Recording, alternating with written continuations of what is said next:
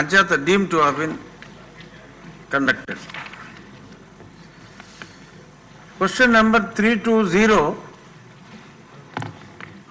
Textile Minister garu. నమస్కారం అధ్యక్ష. Textiles park ఏర్పాటు కోసం ఉచితంగా చేనేత మరియు జౌళి శాఖ ఎమ్మిగనూరు మండలంలో వనవాసి గ్రామంలో 91 ఎకరాల ప్రభుత్వ భూమిని బదిలీ కోసం 16/4/2016 తేదీన ప్రభుత్వం ఉత్తర్వులు జారీ చేసింది. బదులు ఉత్తర్వు ఇచ్చిన 3 సంవత్సరాల లోపల ఎందుకోసం కేటాయించిన ఆ ఉద్దేశం కోసం భూమిని వినియోగించుకొని షరతులో ఇది జరిగింది. 2016 మేలో భూమి బదిలీ అయింది. భూమి కేటాయింపు తేదీ నుండి 3 సంవత్సరాలు టెక్స్టైల్ పార్క్ తన కార్యకలాపాలను ప్రారంభించలేదు. 2020లో ఫిబ్రవరిలో కర్నూలు జిల్లా కలెక్టర్ ఈ కేటాయింపును రద్దు చేసి పేదలకు ఇండ్ల పథకం కింద 13 ఎకరాల 94 సెంట్లు ఎకరములు కేటాయింపు కోసం భూమిని తిరిగి తీసుకోవడం జరిగింది. మిగిలిన 77.37 ఎకరాల టెక్స్టైల్ పార్కు అభివృద్ధి చేయడానికి చర్యలు తీసుకోబడుతున్నది. బి ఏమీ లేదు అధ్యక్ష. సి ప్రస్తుతం టెక్స్టైల్ పార్క్ ఏర్పాటు కోసం చేనేత కార్మికులు ఉపాధి సమకూర్చడానికి చేనేత జౌలి శాఖ భూమిని కేటాయించడానికి ప్రతిపాదిస్తున్నారు అధ్యక్ష. జయ నాగేశ్వర రెడ్డి గారు, మీరు చిన్న సూచన, మీరు అడిగిన దానికి మంత్రి గారు సమాధానం చెప్పారు కదా, దీనికి ఏదైనా సప్లిమెంటరీ ఉంటే అడగండి, ఇంకేదన్నా క్వశ్చన్ ఉంటే అడగండి తప్ప మీ డిస్క్రిప్షన్ వద్దు. అధ్యక్ష ధన్యవాదాలు. వద్దని చెప్తున్నా అంతే. మీరు మాట్లాడటం దీంట్లో వారు చెప్పినటువంటి సమాధానం అధికారులు ఇచ్చిన సమాచారం అధ్యక్ష. ఒక్క నిమిషం అధ్యక్ష. Question hour sir, question hour లో వెళ్తుంది. ఏం అడగాలో చెప్తున్నా, ఎందుకంటే అడగాల్సింది తప్ప అన్నీ అడుగుతున్నారు. దయచేసి ఇది సభాపతికి సభ్యుడికి సంబంధించింది, ఎవరు ఇంటర్ఫేర్ కావద్దు. మా పని మమ్మల్ని చేయనివ్వండి, మాట్లాడండి. ధన్యవాదాలు అధ్యక్ష. అధ్యక్ష గౌరవ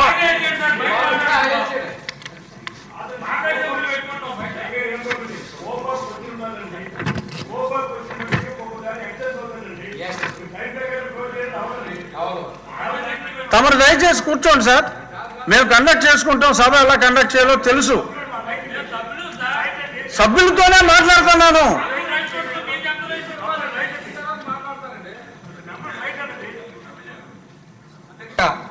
గుర్తు చేస్తాను. గౌరవ మంత్రివర్యులకు స్పష్టంగా నేను అడిగిన ప్రశ్నలు 3 ప్రశ్నలు అధ్యక్ష.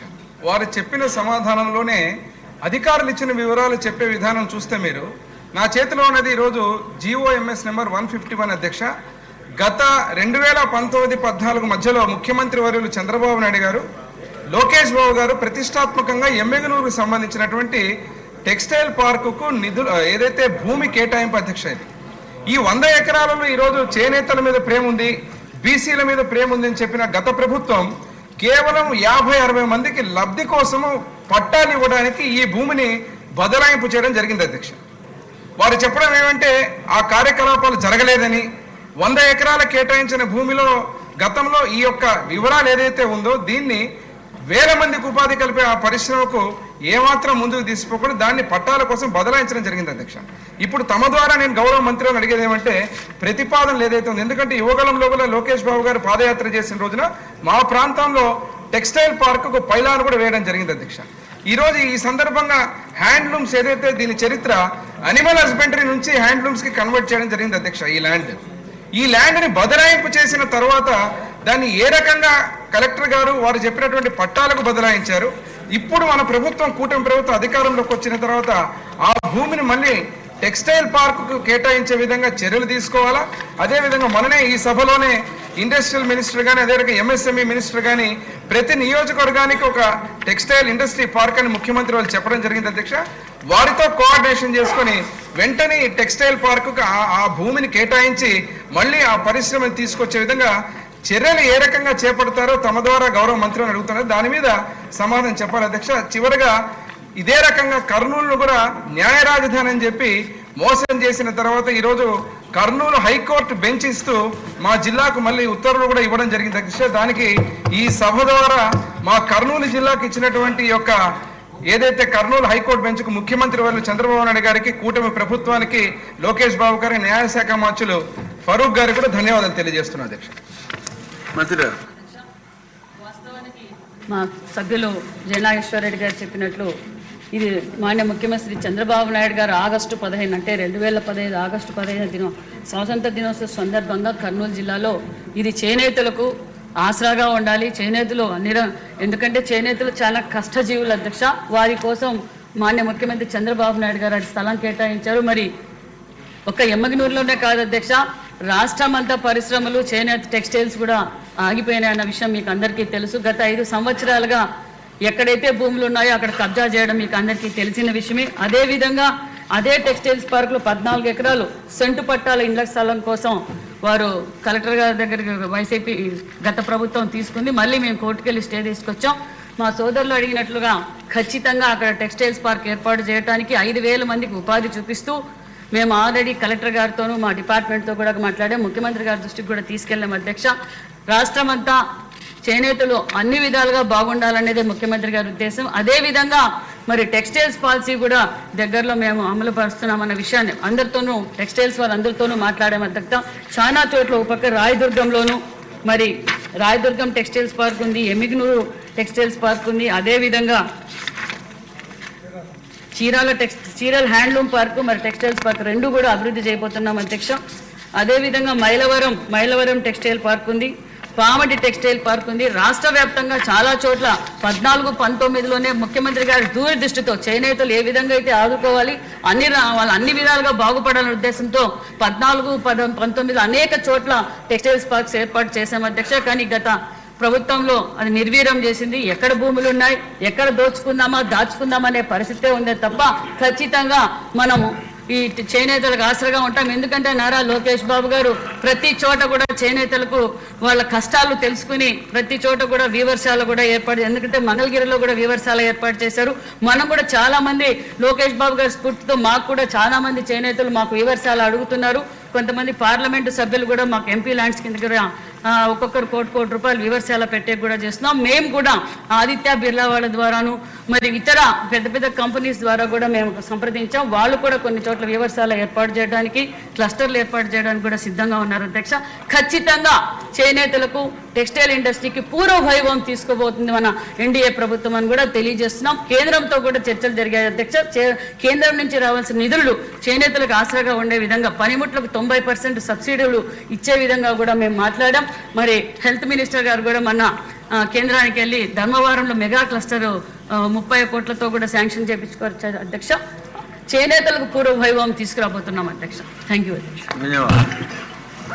క్వశ్చన్ నెంబర్ 430 గౌరవనీయులు నారా లోకేష్ గారు. అధ్యక్ష, మొదటి ప్రశ్నకు సమాధానం అవునండి. రెండో ప్రశ్నకు సమాధానం ఈ వివరాలు ఎనెక్స్చర్లో పెడతాం జరిగింది. వంశీకృష్ణ శ్రీనివాస్ గారు. ధన్యవాదాలు అధ్యక్ష. ఈరోజు విశాఖపట్నంలో ఐటీ రంగం గురించి అవకాశం ఇచ్చినందుకు మొత్తం 9 ఐటీ పార్కులు ఉన్నాయి అధ్యక్ష. అందులో 926 ఎకరాలు డెవలప్ చేయడం అధ్యక్ష. 115 ప్లాట్లు వేయడం జరిగింది అధ్యక్ష. అందులో 77 కంపెనీలు కేటాయించారు అధ్యక్ష. పోతే 34 ఉన్నాయి. ఓవరాల్గా విశాఖపట్నంలో 117 కంపెనీలు ఉన్నాయి అధ్యక్ష. చిన్నవి అన్నీ కలిపి 44,900 మంది ఎంప్లాయ్మెంట్ ఉన్నారు అధ్యక్ష. ముఖ్యమంత్రి గారు కూడా విశాఖపట్నాన్ని ఆర్థిక రాజధానిగా చేస్తామని చెప్పడం జరిగింది అధ్యక్ష. విశాఖపట్నం ప్రజల కోరిక ఒకటే అధ్యక్ష, ప్రపంచం అంతా కూడా విశాఖపట్నం వైపు చూసే విధంగా ఐటీ రంగం అభివృద్ధి జరగాలని వాళ్ళ కోరిక అధ్యక్ష. ఇంకా 34 ప్లాట్లు ఉన్నాయి అధ్యక్ష అక్కడ ఖాళీగా. ఆ 34 ప్లాట్లు కూడా ప్రపంచంలో టాప్ 20 కంపెనీలు అక్కడికి వచ్చే విధంగా లోకేష్ బాబు గారు చర్యలు తీసుకోవాలని విశాఖపట్నం ప్రజల కోరిక అధ్యక్ష. అలాగే మౌలిక సదుపాయాలు కూడా ఎక్కువ కల్పించాలని కోరిక అధ్యక్ష. ముఖ్యంగా పార్ట్నర్స్ వచ్చినప్పుడు ఆ ప్రాంతంలో ఇంటర్నేషనల్ ఎయిర్పోర్ట్ కానీ అలాగే లా అండ్ ఆర్డర్తో పాటు ముఖ్యంగా నైట్ కల్చర్ లేదని చెప్పి చాలా మంది ఎక్కువ మంది చెప్తా ఉన్నారు అధ్యక్ష. నైట్ కల్చర్ లేకపోవడం వల్ల కూడా పెద్ద సీఈఓలు అని వాళ్ళు ఫ్రైడే నుంచి సండే వరకు ఖచ్చితంగా మీకు అందరికి తెలిసిన విషయం అధ్యక్ష. సో అలాంటి పరిస్థితుల చోట పెద్ద స్టార్ హోటల్స్ లేకపోవడం వల్ల మేము రావట్లేదని చెప్పేసి మాకున్న పరిచయాలతో మేము అడిగినప్పుడు మీరు ఎందుకు రావట్లేదంటే అందుకే లేదని చెప్తున్నారు అధ్యక్ష. సో బెంగళూరు, హైదరాబాద్ ఎక్కువ పెద్ద పెద్ద కంపెనీలు అన్ని కూడా అటు ఎక్కువ మొగ్గు చూపుతున్నాయి కాబట్టి ఆ 2 సిటీలకి తగిన విధంగా ఇంకా మెరుగైన వసతులు ఇక్కడ కల్పించి అటు వెళ్ళే పెద్ద కంపెనీలు అన్ని కూడా ఇటు తీసుకొచ్చే విధంగా చర్యలు తీసుకోవాలని మీ ద్వారా మంత్రి గారికి తెలియజేస్తాను అధ్యక్ష. అలాగే ఎయిర్పోర్టు, ఇంటర్నేషనల్ ఎయిర్పోర్ట్ ఎలాగా తయారవుతుంది అధ్యక్ష.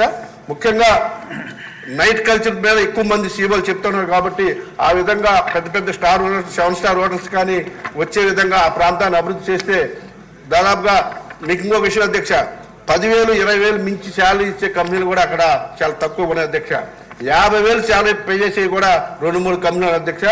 ఇవాళ మీరు విశాఖపట్నంతో పాటు మీరు బెంగళూరు, హైదరాబాద్ చూస్తే అధ్యక్ష అక్కడ 5 లక్షలు, 6 లక్షలు శాలరీ పే చేసే కంపెనీలు ఉన్నాయి అధ్యక్ష.